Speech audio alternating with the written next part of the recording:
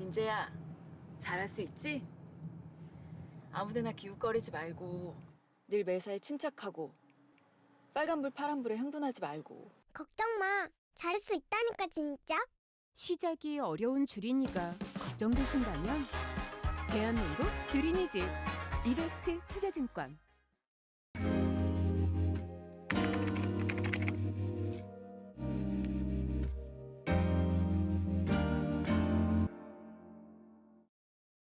안녕하십니까. 일요일 리서치입니다. 네, 신중한 매크로 탐구 시간입니다. 이게 제일 오늘 시간이 제일 중요한 것 같긴 해서 원자재 담당 애널리스트를 모셨는데 되게 모시기가 힘들었어요. 여러 가지 이슈가 있었어 갖고. 근데 때마침 어제 오늘 그러니까 지난 주말부터 어제까지 이 원자재 시장과 관련된 뉴스들이 뭐 항상 있었지만 올해 항상 있었지만 이벤트로 따지면은 러시아가 노드스트림 1을 또 잠갔죠. 사실 여러 가지 석연치 않은 이유로 사진도 봤는데 뭐 누유된 거 봤는데 맞나 싶기도 하고 그리고 어제 오펙 플러스 회의가 있어서 저희 원자재 및 중국 담당 애널리스트인 최진영 연구원을 모시고 가장 시장의 발음도 안 되냐 이렇게 아킬레스 건인 이제 원자재 특히 가스와 에너지 가격에 대해서 이슈에 대한 설명과 앞으로의 전망에 대한 얘기를 해보도록 하겠습니다. 먼저 뭐 인사를 할래요? 인사 그냥 바로 얘기할까요? 네. 그 월요일날 나온 자료부터 얘기하면서 좀 여쭤볼게요. 일단 러시아가 지금 천연가스를 노드스트림 1, 이게 독일로 가는 거잖아요. 예. 파이프라인 맞죠? 네. 파이프라인을 잠궜었고, 잠근 이유가 한 월 말에, 지난달 월 말에 그 여러 가지 유지보수로 인해서 잠갔었다가, 원래는 재개하려고 했었는데, 누구나 예상했었을 것 같아. 재개 안 할 거라고. 네. 어떠한 상황인지에 대한 얘기 조금 해볼까요? 이걸로 인해서 사실 어저께 유럽장에서는 천연가스 TTF가 한 30%까지 뛰었다가 그래도 한 10%까지 내려오긴 했는데 그러면 이게 되게 이 영상의 댓글 보니까 중간에 자꾸 참견하지 말고 질문하고 쭉 들어봅시다 이런 얘기도 있어서 그러면 제가 질문한 거를 다 대답해 주세요. 첫 번째는 천연가스의 가격의 현재 상황 그리고 유럽에 재고가 많다고 하는데 왜 안 믿고 있는지 애널리스트가 보기에 이 천연가스 가격은 앞으로 어떻게 될 건지 쭉 얘기해 주시면 천연가스에 대한 얘기는 다 되지 않을까. 중간에 그러다가 약간 텀이 있으면 제가 좀 더 질문할게요. 예. 이 차트 보면서 얘기하면 제가 넘겨드릴게요. 예, 일단은 가격의 현 상황 갖다 놓고 봤었을 때, 지금 유럽의 TTF 같은 경우에는 뭐, 제가 가기 전부터 급등하는 모습들이 계속해서 있었는데, 네. 근데 이제 그렇게 급등하게 된 배경 갖다 놓고 보면은 사실 100% 천연가스 때문이라고 보기에는 좀 어려워요. 그래서 어렵고 일단 뭐 그 부분은 뒤에서 말씀을 갖다 드릴 텐데 일단 중요한 점은 러시아가 노드스트림 1을 갖다가 독일로 향하는 천연가스를 갖다가 밸브를 잠가 버렸고 요거죠. 예, 이 부분에 대해서 결국에는 시장에서 우려하는 부분이 이거는 유럽이 아무래도 러시아 원유에 대해서 가격 상한제를 시행하다 보니까 러시아가 이거에 대한 보복성의 조치가 아니겠느냐라고 접근을 했었고 이 같은 해석에 의해서 결국 가스단에서 결국 보복성 조치가 나왔기 때문에 추가적인 상승이 나올 것이고 한 번 더 이전 고점을 트라이하러 달려갈 것이다 라는 식의 접근들이 있었거든요. TTF 가격이 지금 240유로니까 이전 고점이 제가 알기로는 300유로가 넘은 걸로 알고 있는데요. 그쵸. 그걸 더 뛰어넘는다? 뭐 그렇게 일단 접근이 되고 있는데 근데 이제 저는 조금 그 부분에 있어서 좀 제한적일 수 있는 이유가 몇 가지를 살펴보면은 예. 일단 첫 번째 같은 경우에는 러시아의 이 같은 밸브 잠그는 이슈가 과연 새로운 이슈인가에 대해서 놓고 봤을 때 그렇지 않거든요. 일단은 보시는 것처럼 그림 2번에서 보시는 것처럼 이게 러시아 쪽에서 유럽으로 들어가는 가스관은 지금 가스 유입량입니다. 그래서 봤었을 때 사실 전년도랑 비교를 해서 놓고 본다면은 거의 제로화 수준에 도달한 거나 다름없어요. 그렇게 본다면은 이게 정말 새로운 이슈인가? 이 제재 이슈, 이제 러시아의 밸브 잠근 이슈가에 대해서 의구심을 갖다 가지고 올 수가 있겠죠. 예. 그리고 또 다른 부분에 대해서는 어쨌든 유럽은 대응을 갖다 하고 있었어요, 그동안. 옆에 차트에서 보시는 것처럼 유럽 같은 경우에는 러시아산 가스에 대한 수입량 자체는 급격하게 빠져나갔었지만은 이걸 대체하고자 결국 미국산이라던가 이 같은 LNG 수입을 갖다가 급격하게 늘리는 방향성으로 나아갔거든요. 여기 잘 안 보이시지만 여기 음영 처리가 조금은 가운데에 있는 게 이게 LNG를 많이 늘렸다는 얘기죠. 맞습니다. 이 같은 부분들 때문에 결국 러시아에 대한 의존도를 갖다 어느 정도 상쇄해 나가면서 제일 하단 차트에서 보신 것처럼 유럽의 천연가스 재고가 과거 평년, 10년 평년을 갖다가 좀 더 상회하는 그림들이 나와줄 수 있었다라고 우리가 볼 수가 있겠는데, 일단 기본적으로 이 같은 재고의 신뢰성을 갖다 많이들 얘기를 하시지만은 근데 그럴 수밖에 없어요. 왜냐면은 어찌됐건 중요한 거는 유럽이 100% 지금 천연가스가 제대로 조달되고 있는 건 아니니까요. 그렇기 때문에 재고에 대해서 재고의 신뢰성이라기보다는 재고가 차 있어도 이것을 갖다가 나중에 완전히 러시아가 밸브를 갖다 전면적으로 잠가버리면은 이거에 대한 불확실성이 좀 자극될 수 있지 않겠는가. 여기서 이게 이게 끊으면 안 되는데 이렇게 실질적으로는 거의 없는 상태에서도 이게 싸우면서 가격이 올라간 거잖아요. 맞습니다. 잠근다 하더라도 여기 이 LNG와 이 노르웨이 쪽에서 들어오는 걸로 커버할 수 있잖아요. 저는 일단 그렇게까지는 접근을 하고 있고요. 그렇기 때문에 사실 우리가 재고에 대해서 완전히 신뢰할 수 없다? 그 부분에 대해서는 조금은 너무 확대 해석하고 그러니까 있지 않겠는가. 재고를 신뢰하는 게 아니라 이게 만약에 러시아가 잠가버리면 3개월밖에 안 가는 재고다 이렇게 얘기하더라고. 뭐 그렇게 말씀하시는 분들이 계신데 근데 그거는 러시아의 수입만을 갖다가 생각하시는 분들이 계신 것 같아요. 근데 러시아뿐만 아니라 우리가 과거 추세를 갖다 놓고 보더라도 노르웨이에서도 노르웨이 계속해서 있고. 가져왔었고 그리고 미국에 의해서 LNG 터미널 통해서 계속해서 유입이 되고 있다는 걸 확인이 돼주고 있거든요. 그러니까 러시아가 잠근 거는 리스크는 맞지만 러시아 잠근다고 그러면 노르웨이가 이거 잠그나? 그렇죠. 이제 그 부분에 대해서 저희가 이제 좀 살펴봐야 될 부분이라고 볼 수가 그러니까요. 있겠고요. 사실 여기 보시면은 1월, 2월에는 유럽의 천연가스 재고가 이렇게 뭐랄까 전쟁 이전에 그렇죠. 대응도 안 됐었어요. 낮은 저 때는. 수준이었었잖아요. 전쟁 터지면서 이게 좀 문제가 됐었던 거고. 이때 좀 추웠고 그죠? 예. 예. 그러니까 사실은 초반 때까지만 하더라도 작년 12월, 작년 11월 달까지만 하더라도 사실 유럽은 러시아에 대한 러시아가 밸브를 잠갔을 것에 대한 대응이 제대로 되어 있지도 않았었고 그리고 러시아산을 갖다가 2027년부로 전면 금지하겠다라고 얘기할 정도로 약간 좀 어떻게 보면은 어리숙하게 대응을 했었죠. 근데 지금까지를 놓고 보면은 미국이 적극적으로 이 같은 부분을 상쇄해주고 있다라 하면은 우리가 너무 이제 러시아의 가스만을 지표를 갖다 바라보고 있는 게 아닌가라고 볼 수가 있겠고요. 여기 LNG에는 미국산도 있고 뭐 카타르나 뭐 다른 아프리카 그쵸, 이쪽도 다른 있는 나라도 거죠. 존재할 모잠비크 텐데. 쪽도 얘기 나오더라고요. 근데 가장 중요한 핵심은 사실 미국 쪽에서 더 많이 그래요? 들어오고 있다 보니 근데 요거 말씀하시는 거죠? 맞습니다. 이게 미국의 전체 LNG 터미널에서 유입되는 이제 수출량인데, 근데 사실 미국이 지금 수출하고 있는 물량 갖다가 여기엔 제가 적시를 안 했지만은 전체 데이터를 갖다 이하에서 이렇게 들여다 보면은 대략 한 90%가량이 유럽향으로 들어가고 있어요. 80에서 90%가량이. 그 말즉슨 미국은 LNG에서 적극적으로 유럽으로 다 넘겨주고 있는 거나 다름없어요. 어떻게 보면은. 그럼 우리가 봤었을 때 중요한 점은 미국이 대체성이 더욱더 확립이 될 수 있다는 것 갖다가 확인시켜주고 있어요. 무슨 말이냐? 첫 번째, 일단 미국 같은 경우에는 기존에 9월 달부터 가동 예정이었었던 신규 캐파, 이제 터미널 단에서 신규 캐파를 갖다가 8월 말대로 조기 가동에 들어간 상태입니다. 그러면서 캐파가 한 번 더 늘어난 상태고, 그러면 수출 능력 자체가 올라갔기 때문에 수출이 더욱더 확대될 수 있다는 여건이 개선됐겠죠. 그리고 두 번째는 지금 보시는 것처럼 6월 초부터 수출량이 급격하게 빠졌는데, 여기 말씀. 그쵸. 프리포트 LNG 터미널에 화재가 발생하면서 규제 당국에서 안전이 확보되기 전까지는 수출을 갖다 막은 상태인데 이 부분 역시도 사실은 어쨌든 방향성 측면에서는 수출은 재개되거든요. 결국 프리포트 LNG 터미널 측에서는 못해도 10월 달에 가동 예정이었지만은 당국에서 한 번 더 체크하겠다라는 얘기가 나오면서 이게 조금 더 딜레이 됐지만은 어찌됐건 연말 기준으로 봤었을 때 재개되는 방향성은 분명합니다. 그렇게 본다면은 우리는 지난 올해 상반기, 지금 올해 2분기 때 동안 프리포트 LNG 터미널 화재 직전까지만 하더라도 TTF와 그 다음에 헨리허브 간의 상대 성과가 줄어드는 걸 갖다 확인할 수 있었거든요. 어떻게? 바로 미국이 수출이 확대되면서 결국 헨리허브가 상대적으로 가격이 강해지고 TTF는 미국에 조달되는 물량 덕분에 가격이 낮아질 수 있었거든요.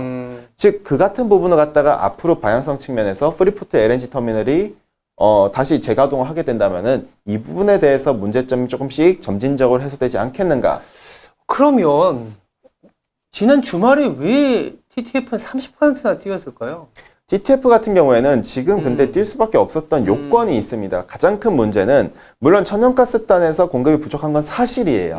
왜냐, 러시아에서 어쨌든 일부를 잠갔으니까요. 근데 중요한 점은 우리가 단순히 이 천연가스 시장을, 유럽의 천연가스 시장을 유럽 내부의 수급만으로 해석하기 어려워요. 무슨 말이냐? 결국 천연가스는 뭐의 원료이다? 전력이에요. 그렇죠. 근데 그 전력인데, 근데 그 천연가스 본연만의 수급뿐만 볼 게 아니라 이걸 대체하는 연료, 즉 대체 전력원인 석탄이라던가 원전, 풍력, 수력 발전까지 같이 봐야 되거든요. 네. 즉 천연가스 때문에 천연가스 가격이 오른 게 아니라 대체 전력원 애들 때문에 천연가스도 스피로버 효과 때문에 같이 올라갔었던 것이거든요. 대표적으로 못해도 이제 그림 7번을 보여주시면은 이 하단 차트에서 보신 것처럼 유럽의 천연가스 가격인 TTF와 영국의 NBP와 그 다음에 유럽의 전력 가격 추이가 나타납니다. 전력 가격이 올라갔다는 건 사람들이 그냥 천연가스가 올랐으니까 전력도 오른 거 아니냐 이렇게 해석할 수 있지만은 근데 사실 그 문제가 아니에요. 본질적 문제는 사실 천연가스에서 온 게 아니라 이 대체 전력원 크게 두 가지 문제가 발생을 했는데요. 일단 그림 8번을 봐주시면은 네. 보시는 것처럼 일단 원전단에서 문제가 발생했다는 겁니다. 무슨 말이냐? 유럽의 주요 전력 수출국은 프랑스예요. 이 프랑스 같은 경우에는 원전을 갖다가 주로 전력을 생산해서 유럽에다 수출을 해줍니다. 유럽 전력에 있어서 거의 못해도 15%에서 20%가량 갖다가 담당해주는 역할이 바로 프랑스의 원전이라고 볼 수 있는데 문제는 이 프랑스 원전들이 우리랑 좀 다르게 우리는 해안가에 보통 원전이 위치해 있는데 얘네들은 내륙에 위치해 있어요. 하천을 끼고요. 근데 어쨌든 중요한 점은 왜 하천을 끼고 있고 우리나라는 왜 바다에 끼고 있냐면은 결국 원전을 가동을 할 때 열 때문에 냉각수를 끌어와야 되거든요. 그래서 하천의 물이든 바닷물이든 끌어와가지고 냉각수로 식히는 겁니다. 근데 그런 것처럼 프랑스 같은 경우 우리랑 조금은 다르게 하천에 위치해 있는데 문제는 하계 기간에 5월 달부터 도래했는데 아프리카 북부 사하라 지역의 북부 열풍이 북상하면서 이례적으로 라니냐 현상 때문에 북부 지역의 열풍이 올라가면서 유럽이 급격하게 더워지는 현상이 나타났거든요. 이것 때문에 수위가 급격하게 물의 하천의 수위가 급격하게 내려갔었고 수온이 올라가다 보니까 프랑스건 벨기에건 일부 국가들의 원전들이 원전을 가동할 때 하천 물을 끌어와야 되는데 이걸 끌어왔다가는 수위도 낮았는데 그랬다가는 생태계 파괴 우려도 있고 이걸 관련 법안이 있는데 이걸 못하도록 만든 규정이 있거든요. 그렇다 보니 원전 가동률을 갖다 좀 더 낮추는 수밖에 없었거든요. 이 문제 때문에 다음 페이지 봐주시면은 보시는 것처럼 프랑스의 원전 전력단에서 계절적으로 내려왔었다가 반등해야 되는데도 불구하고 오히려 더 계속 낮은 상태를 유지할 수밖에 없었던 국면들이 나타났습니다. 근데 이게 그러면 올라가려면 여기 처음에 봤었던 이게 기후를 그러면 봐야 되는 거예요? 어떻게 되는 거야? 기본적으로 계절성의 종류를 갖다 우리가 좀 감안을 하면 될 것 같고요. 결국에는 저 큰 문제는 단순히 우리가 기상이변뿐만 아니라 결국에는 계절성이거든요. 결국엔 하기기간이 도래했었다는 점이 문제였다는 것이고 거기다가 기상이변까지 얹어져서 이 같은 문제가 발생한 건데 밑에 하단 차트를 봐주시면은 독일의 라인강도 같은 맥락이에요. 독일의 라인강 같은 경우에는 기본적으로 연료탄 즉 이제 석탄 화력 발전을 뗄 때 쓰는 연료탄을 갖다가 이슬을 통해서 조달을 갖다 봤는데 문제는 라인강 수위가 급격하게 낮아지면서 조달이 어려워져 버렸고 마찬가지로 프랑스도 그렇지만은 독일도 마찬가지고 수력 발전 가동률이 점진적으로 낮아졌었던 문제점이 발생을 했었거든요. 그렇기 때문에 이 두 가지의 핵심은 결국 문제는 무엇이냐 본질적으로 바로 계절성과 이 같은 기상이변 문제다. 이 두 가지가 즉 한마디로 계절성이 종료되면은 이 같은 문제들은 점진적으로 해결될 수 있는 단순한 방향이지 않겠는가 저는 그렇게 해석할 수가 있겠고요. 근데 여기서 계절성이라는 게 이 냉방 수요 앤드 더워지는 물 뭐 이런 얘기인 거죠. 맞습니다. 그리고 가뭄 이런 맞습니다. 것들이 근데 이게 참 그런 것들이 이 천연가스 가격이나 유럽의 에너지에 관련된 이슈를 잠재울 수 있을까라는 약간의 그런 고민이 있는 것 같아요. 근데 아까 데이터를 보다 보니까 지금 러시아 쪽에서 들어오는 건 이러다 보면은 오히려 유럽은 미국에 의해서 가격이 좀 변화되는 거 아닌가라는 생각도 들고. 맞습니다. 왜냐면은 기본적으로 유럽 같은 경우에는 값싼 러시아의 PNG를 갖다 끌어다 쓰다가 그러니까 유럽의 천연가스 가격이 본질적으로 이제부터는 과거로 절대 못 돌아가요. 높은 수준이 되겠지. 왜냐면 이제 평균 단가가 올라가는 거잖아요. 예, 왜냐면은 애시당초 값싼 PNG 쓰다가 이제는 액화시켜가지고 가공 단계에서 비용이 더 많이 드는 LNG를 써야 되기 때문에 그러면은 LNG를 갖다 써야 되는 그 유럽은 기본적으로 모든 단가가 다 올라갈 수밖에 없어요. 자기들이 쓰는 전력단에서 모든 가격들이요. 그렇기 때문에 이 부분은 구조적으로 고착화될 수밖에 없습니다. 네. 다만 우리가 중요한 핵심은 지금의 이 같은 천연가스만의 문제로 보지 말고 천연가스의 대체 연료, 유럽의 전체 전력 생산의 천연가스는 20%를 차지하는데 나머지 대체 연료들이 지금 가동이 어려운 국면을 갖다 우리가 확인할 필요가 있거든요.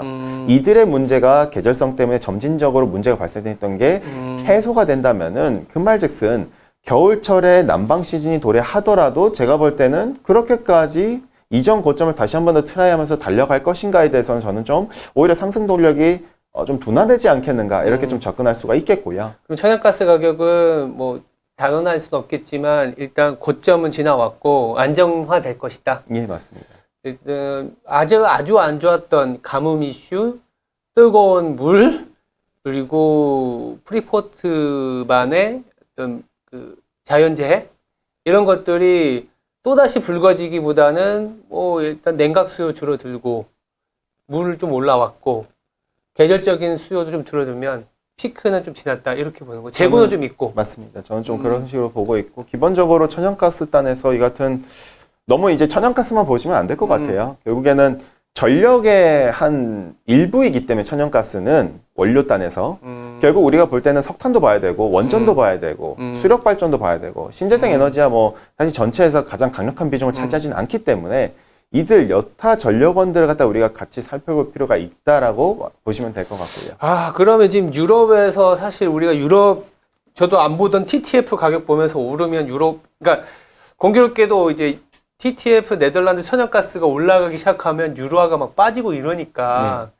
야, 이것도 또 겁나게 오르거든. 한번 오를 때 막 20-30% 오르고 겁나게 오르니까 천연가스 가격이 안정이 안 되면 유럽은 정말 답이 없겠구나라는 생각했는데 그것도 한편은 맞지만 아까 얘기한 것처럼 천연가스는 유럽 전체의 전력이 20%? 네. 20%에서 더 들어가면 러시아 비중은 굉장히 작은 수준이기 때문에 러시아의 뉴스를 퍼나르는 기사에 너무 오버하지 말고 원전이 올라오는지 수력은 돌릴 수 있는 되는지 석탄이 되는지 이런 걸 보면 유럽에 관련된 그러니까 유럽 자체가 에너지 가격이 좀 안정화된다고 해서 뭐 바로 뭐랄까 이제 경기가 돌아서는 건 아니지만 에너지와 관련된 이슈는 천연가스는 듣다 보니까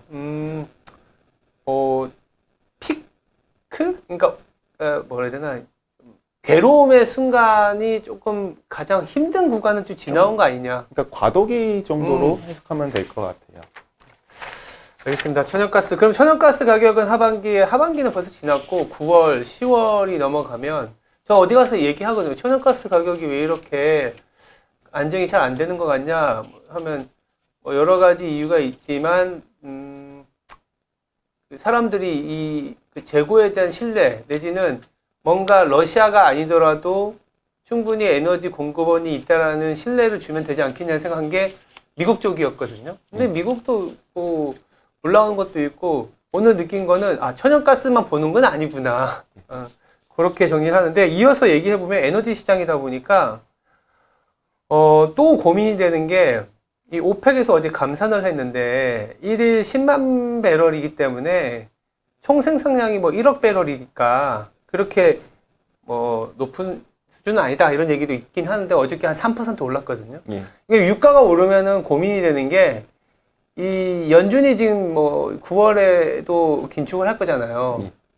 근데 이게 긴축을 바라보는 입장이 9월에 75bp에서 50bp까지 내려보시는 분들도 아니면 75bp 보는 분들도 이 이후에는 조금 슬로우해질 수 있다라고 하는 거에 가장 큰 기저에는 에너지 가격이 안정될 수 있다는 건데 만약에 이 오펙에서 이렇게 액션을 취해버리면 에너지 가격이 잘 안정이 안 됐을 경우에 문제점. 야, 이거 수요는 다 망가뜨려 놨는데 에너지는 계속 이게 고공볼 유지해버리면 어떡하나 이런 고민이 있거든요. 이 오펙 플러스 회의를 통해서 한번 에너지에 대한 얘기도 한번 이어가 볼까요? 오늘 쓴 자료 얘기하면서 해도 돼요. 예. 일단은 기본적으로 저희는 지난 5월 말에 있었던 하반기 전망을 통해서 WTI 기준으로 유가의 하단을 갖다 배럴당 70불로 일단 열어놔야 된다라고 말씀을 드려왔었거든요. 네.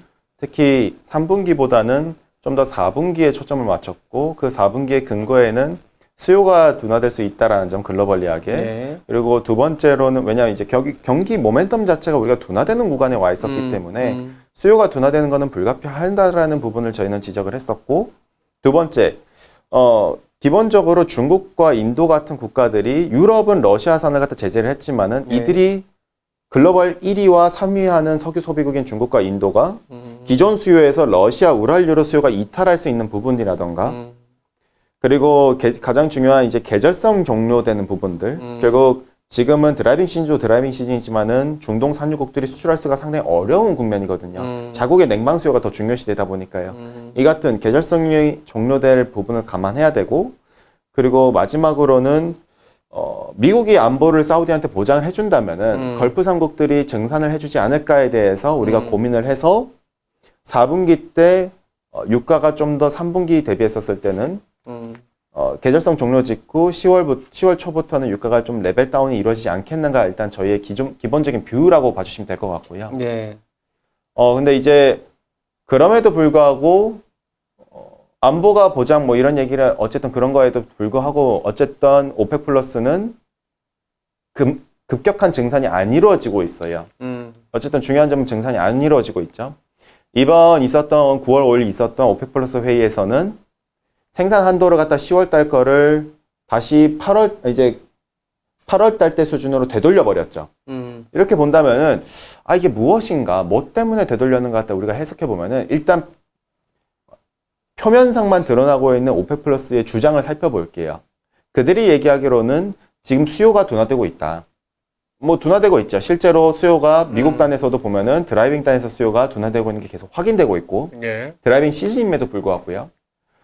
더불어서 우리가 이제 좀 전반적으로 봤었을 때 긴축 사이클에 들어간 상황이기 때문에 저희가 연초 때도 계속 지적이 했었던 디맨드의 둔화에 대해서 그렇기 때문에 석유 단에서 수요 둔화 결국 앞에서 부동산 경기가 둔화되다 보니 내구재 단에서 수요가 둔화되고 이와 관련해서 내구재에 민감한 구리랑 납사가 무너졌고 내구재 관련된 애들이 무너지면 뒤이어서 무너질 애들이 바로 전체 석유 수요에서 27% 차지하는 운송량, 화물차 단에서의 이 운송량 석유 수요가 흔들릴 수가 있거든요. 근데 이거는 항상 조금 뒤에 나타나기 때문에 지금 이 부분이 약간 좀 경계되는 부분일 테고 사실 이것 때문에 오펙 플러스도 어떻게 보면은 올해 글로벌 석유 공급 우위 전망치를 다시 한 번 더 재상향을 갖다 했다라 볼 수 있는데 이 같은 이유 때문에 어떻게 보면은 다시 한 번 더 감산을 갖다 얘기한 게 아닌가라고도 볼 수가 있겠고요.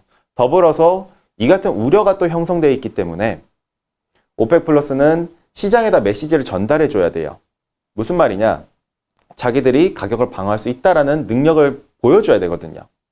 그렇기 때문에 이 같은 조치를 갖다 했다. 그리고 더불어서 제가 말이 계속 꼬이고 있는데 의장의 요구에 따라서 긴급회의 소집 가능성까지 거론을 해줬거든요. 이거는 시장에 대해서 메시지를 전달해 준 거예요. 우리가 지금 계속 지켜보고 있다. 그러니까 가격을 좀 방어하겠다. 뭐 약간 그런 메시지라고도 볼 수가 있겠죠.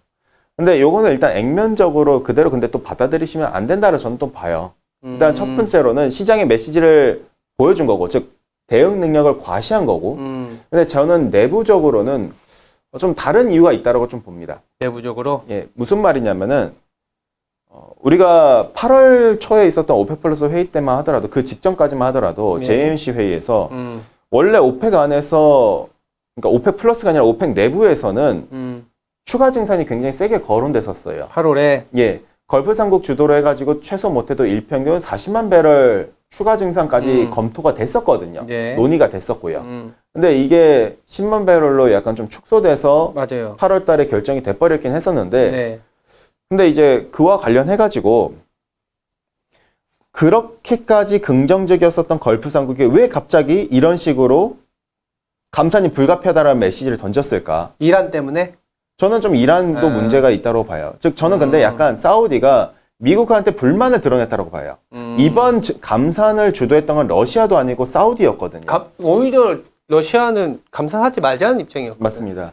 왜냐하면은 오히려 공급이 여유롭네라는 시장에 잘못된 해석을 갖다 안겨줄까봐 오히려 러시아는 좀 감산을 갖다가 좀 미온적인 입장이었거든요. 맞았어요. 근데 사우디 같은 경우는 왜 사우디가 이때 주도를 했을까? 왜 8월 달과 사뭇 다른 움직임을 보여줬는가? 일단 그러면 기본적으로 이유는 제가 볼 때는 사우디는 미국한테 협박하고 있는 거예요. 어떻게 보면 경고하고 있는 거죠. 너네가 계속 내가 원하는 걸 안 들어주고 있으니까 우리는 증산 안 하고 있는 거야 라는 메시지로밖에 저는 해석이 안 되거든요. 왜? 저희가 지난 7월 달에도 자료를 통해서 말씀드린 바 있습니다. 무슨 말이냐면은 어떤 얘기였냐면 미국이 다시 키신저로 회귀하는, 즉 바이든이 작년 2월 달에 걸프 삼국과 맺어놨던 안보조약을 트럼프가 맺어놨던 안보조약을 다 파기해버렸는데 이걸 7월 달에 중동 방문해서 다시 맺었거든요. 안보를 보장해주겠다고. 근데 이 부분에 있어서 약속을 지키겠다 해가지고 지난 8월 3일 날 미국 국무부가 사우디와 아랍에미리트에 대해서 군사무기 판매를 갖다 허용을 해줬어요. 그래서 외신들도 이제 증산해주겠구나. 안보가 보장되는 게 다시 한 번 더 확인됐으니. 근데 중요한 점은 세 가지 맹점이 있어요. 사우디가 불만을 가지고 있는 이유. 첫 번째, 행정부 산하인 국무부에서 군사무기 판매를 갖다 허용을 했지만은 중요한 점은 최종 인가권은 의회가 갖고 있어요. 입법부죠. 의회가 갖고 있는데 의회를 누가 주무르고 있느냐? 바로 미국 민주당이죠. 근데 미국 민주당은 아시다시피 사우디랑 늘상 반목을 지닌 존재들이에요. 오바마 때부터. 인권 가지고 자꾸 사우디를 갖다 자극하거든요. 그러다 보니 미국 민주당은 근데 행정부에서는 판매를 갖다 인가를 했지만 아무것도 민주당은 오히려 침묵에 있어요.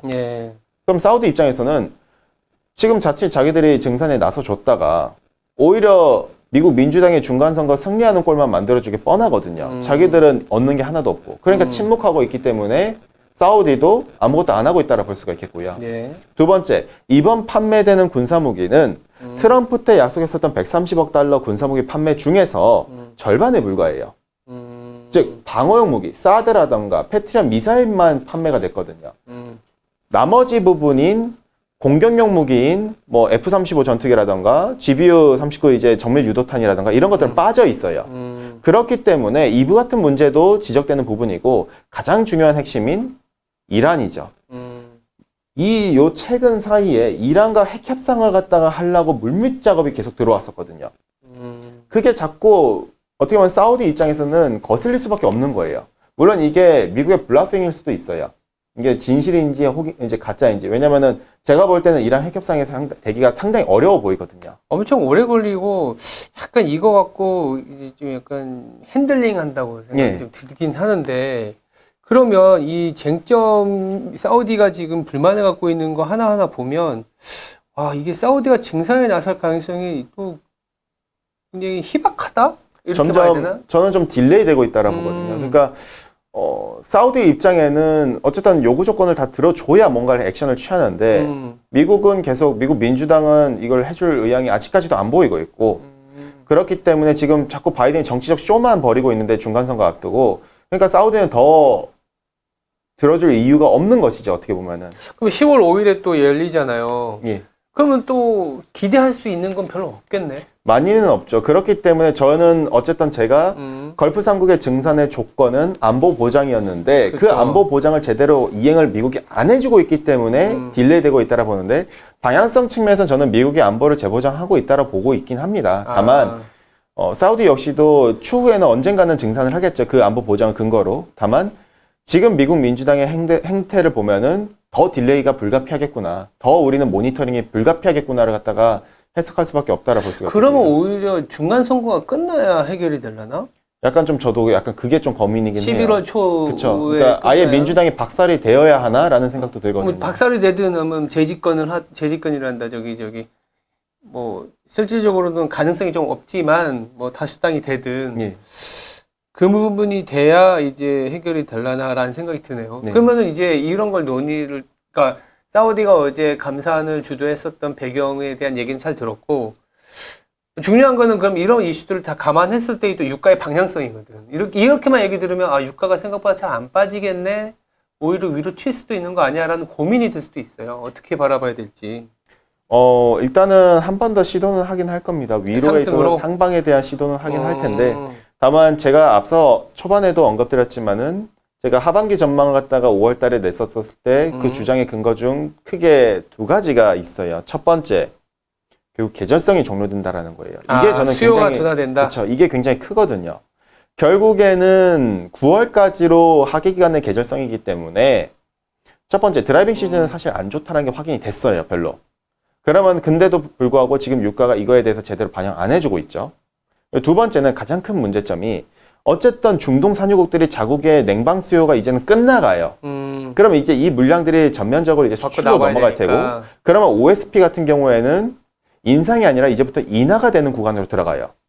그렇게 돼버리면은 결국에는 이 부분에 있어서 과연 우리가 시장이 잘 대응을 하고 있는 게 맞는가에 대해서 저는 좀 고민이 되는 부분일 테고요. 그렇게 본다면은 이 부분 때문에라도 유가는 상당히 좀 어떻게 보면은 단기적으로 반등을 하더라도 방향성은 여전히 유효하게 하방에 있어서 방향은 계속 유효하지 않겠는가? 지금 어제 기준으로는 88.8달러 정도 되는데 뭐 90달러 살짝 넘어갈 수도 있고, 근데 우리가 3분기 말 4분기 가면은 이게 한 80달러를 깨고 내려갈 수도 있다. 한 번 정도 그 정도 트라이할 수 있겠죠. 연말 가격 기준으로 제가 전망한 게 78불이었었으니까요. 그렇게만 보면은 사실은 이제 특히 헤드라인 인플레이션에 대한 고민은 상당히 적어지는 거는 맞는데, 지금까지의 어떤 그 유가가 갖고 온 어떤 가격의 결정력이 사실 공급단에서의 이슈다 보니까 이게 정말 그렇게 갈까라는 또 한 번의 고민이 들긴 들거든요.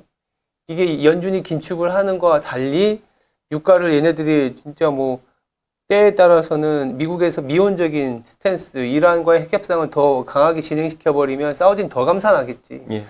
그러면 오히려 유가가 생각지도 못하게 튀어버리는 거 아니야라는 사람들도 있고, 외사 IB 중에 뭐 아직도 골드만삭스가 얼마를 부르는지 모르는데 상당히 높은 수준을 부르시는 분들도 네. 있잖아요. 100% 아예 더 상회할 거라. 그러니까 그 가능성 때문에 지금 고민들이 많은 거거든. 네. 일단 뭐 사실 저는 구조적으로 앞으로 향후 5년 내지 7년 동안 캐펙스 사이클만 놓고 봤을 때 유가 과거처럼 저유가로 절대 못 돌아간다고 저도 봅니다. 제가 예상한 것보다 1년 빨리 고유가가 도래하긴 했는데 예. 캐펙스 사이클만 놓고 봤었을 때는 향후 5년에서 7년 고유가는 여전히 불가피하다. 다만 저희는 경기의 사이클에 위치해 있기 때문에 방향성도 방향성이지만 그 경기의 사이클에 위치해 있기 때문에 수요의 둔화에 대해서 저희는 무시하면 안 된다라는 부분을 계속 말씀을 드리고 있고, 예. 그리고 두 번째로는 이 중국과 인도의 수요 이탈에 대해서도 좀 더 우리가 주의 깊게 볼 필요가 있다라고 봐요. 그러니까 유럽이랑 미국 G7이 가격 상한제를 갖다 러시아한테 한다고 하는데 과연 저기에 실효성이 있는가? 그러니까 사실 가격 상한제가 절충안이에요. 사람들이 이게 되면 뭔가 엄청난 빅이벤트가 될 거라 보는데 그게 아니라 절충안이거든요. 무슨 말이냐면은 원래 유럽은 좀 더 세게 불러줬던 게 아예 러시아가 수출을 못하도록 막을라 했었어요. 그 조치가 이미 나온 상태고요. 근데 이걸 미국이 중재를 해가지고 옐런이 중재안이 가격 상한제예요. 수입은 하되 일정 부분 가격 그쵸. 이상은 수입하지 않는. 근데 저는 사실 이게 메커니즘이 잘 돌아갈 수 있을지에 대해서 의구심을 갖고 가격 있거든요. 상한제를 해버리면 러시아 입장에서는 중국과 인도로 팔 수도 있는 거예요. 그렇죠. 그러니까 러시아 분명 그 얘기를 해줬어요.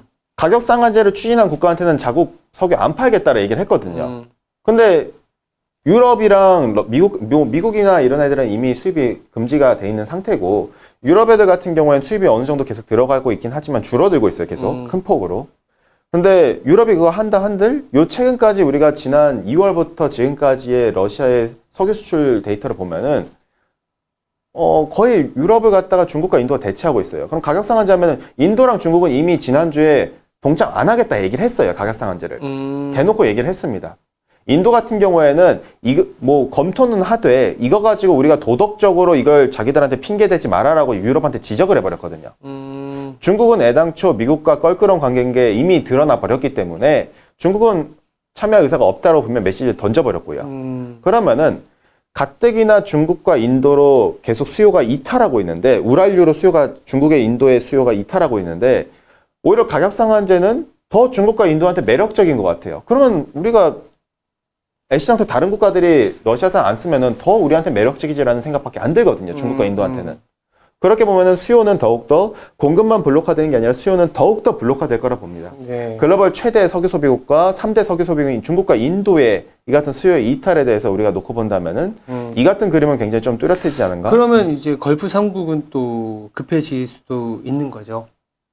가격 상한제로 인해서 러시아가 중국과 인도로 가면은 나머지 수요국으로 대체를 해야 되는 거잖아요. MS가 쪼개져 버리죠. 그러면 이제 사우디나 이런 어떤 산유국들은 고객들도 있어야 되니까. 고객 관리가 또 그럼 뭐 중요하죠. 미국과 유럽이잖아. 예. 뭐 한국을 비롯한 또 동아시아도 있고. 근데 우리가 항상 이렇게 생각해야 돼요. 이제 그럼 공급 시장 두 개로 분리되는데 사우디는 그냥 있는 그대로 받아들이면서 유럽과 미국과 수요 가져가면 되는 거 아니냐 이렇게 얘기하시는 분들 계신데 석유 소비국에 있어서 성장성이 높은 나라가 어딜까요? 중국, 인도. 그리고 아시아 국가들이거든요. 네. 유럽과 미국이 아니거든요. 그렇기 때문에 사우디 입장에서는 MS 방어도 필요해요. 그렇기 때문에 최근에 보면은 사우디가 자꾸 아시아 국가들이 보통 사용하는 석유가 원유가 중진료거든요. 경진료가 아니라. 경진료 대비 중진료의 OSP는 상대적으로 더 낮게 평가해서 계속해서 낮춰주고 있어요. 즉 아시아 쪽에서의 MS를 갖다 자꾸 러시아한테 뺏기는 거 갖다가 어느 정도 방어하겠다는 의미거든요. 야, 이게 그러면 사우디와 러시아의 이 경쟁일 수도 있겠네요. 약간 좀 껄끄러워지는 관계죠. 그럼 아까 얘기한 것처럼 냉방 수요가 둔화되면 자기네 이제 OSP를 좀 다운시키면서 아시아 국가들로의 MS를 계속 좀 어느 정도는 방어를 해줘야 가격 되니까요. 경쟁력을 갖고 가기 위한. 네. 가격 상한제가 그러면 아예 의미가 없진 않네. 그쵸, 뭐 아예 없지는 않죠. 근데 저는 다만 이게 가격 상한제가 뭔가 수출을 막는 형태 뭐 이런 게 그런 게 아니라 그냥 더 수요가 이탈하겠구나 정도로 저는 해석하고 그러니까 수요 있거든요. 이탈하는데 어쨌든 하나의 어떤 그 산유국 입장에서는 러시아의 물량으로 인해서 내 물량이 뺏기는 이 산유국이 생기니 네.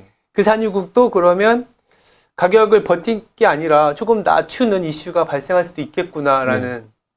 일단 뭐 지금 단순히 우리가 가격 상한제에 대해서 우려만 표명할 필요는 없다라고 봅니다. 지금 언론들도 계속 외신들도 보면은 이거에 대해서 갑론을박이에요. 정말 이게 실효성 있는가 아니면 이것 때문에 유가가 더 올라갈 수도 있다라고 보신 분들도 계시고. 보통 우리가 시장 논리에서 가격에 상한제가 있으면 그게 우리가 분양가 상한제 생각하면 되잖아. 그렇죠. 그것 때문에 풍선 효과 때문에 이렇게 막 난리가 났었으니까요. 근데 이제 기본적으로 그 풍선 효과는 저는 이렇게 수요가 더 이탈하는 그거를 저는 오히려 좀 감안을 하고 있다라 봐주시면 될 것 같은데, 근데 조금 더 지켜보긴 해야 되겠지만은 이제 너무 시장이 확대 해석하는 부분들이 있지 않을까에 대해서 고민을 하거든요. 그러니까 뉴스가 워낙 요새 횡행하고 이런 뉴스들에 대해서 안 좋게 해석할 수밖에 없는 게 일단 주가가 빠지고 그리고 천연가스라든지 유가가 또 상승이나 이런 탄력을 보여주다 보니 뭐 가격이 그때그때마다 옳다라는 건 아니지만 가격의 변화로 인해서 그러니까 이슈를 해석하거든요. 그러니까 이슈의 해석을 가격에 투영해서 이제 이 가격이 잘못된지 안 된지를 보고 투자 기회를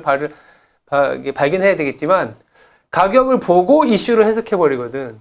가격 상한제 나왔을 때 보니까 유가가 올라가 있어. 이거는 또 가격 상한제의 어떤 무용론으로 해석을 해버리고 이런 하나의 이제 메커니즘이 되다 보니까 아까 천연가스 TTF 가격이 30% 오르니까 이거 봐. 사우디가 잠그니까 이거 노드스트림 1 재개 안 하니까 바로 30% 뛰는 거 봐. 이렇게 해석이 돼 버리거든. 근데 따지고 보니 이게 원전이라든지 이 수원과 이제 석탄이 나를 수 있는 거 그리고 러시아에서 유럽으로 가는 건 거의 이제 제로에 수렴했다라고 보면 오히려 튀었을 때 숏을 칠 수 있는 과단성도 있어야겠다 이런 생각. 그래서 그런지 몰라도 30%대에서 갑자기 쭉 밀리긴 하더라고.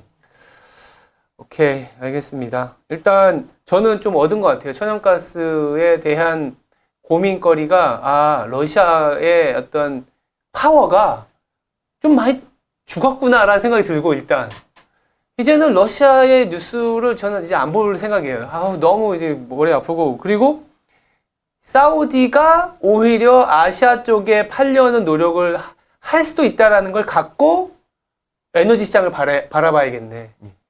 그렇게 보면 기본적으로 수요는 이렇게 내려가는 상황에서 이 긴축으로 해서 내려가는 것도 있지만 이제 8, 9월 넘어가면서 이렇게 계절적으로 둔화되는 국면에서 사우디의 고민이 감산한 게 고민이었던 것 같아요. 지금 감산을 강하게 하지 못한 것도 그런 이슈가 있었던 것 같고 결론은 그래서 유가도 하반기로 갈수록 지금 한 7자도 볼 수 있다. 예, 조금씩 더 톤다운 될 수 있다 정도로 예, 해석해 주시면 될 것 같아요. 알겠습니다.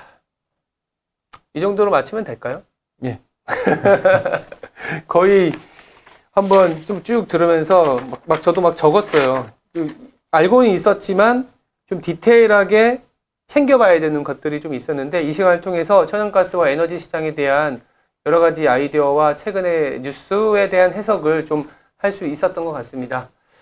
그러면 저희는 또 다음 주 화요일에 이리온 신중한 매크로 탐구에서 보도록 하겠습니다. 함께 고민하시죠.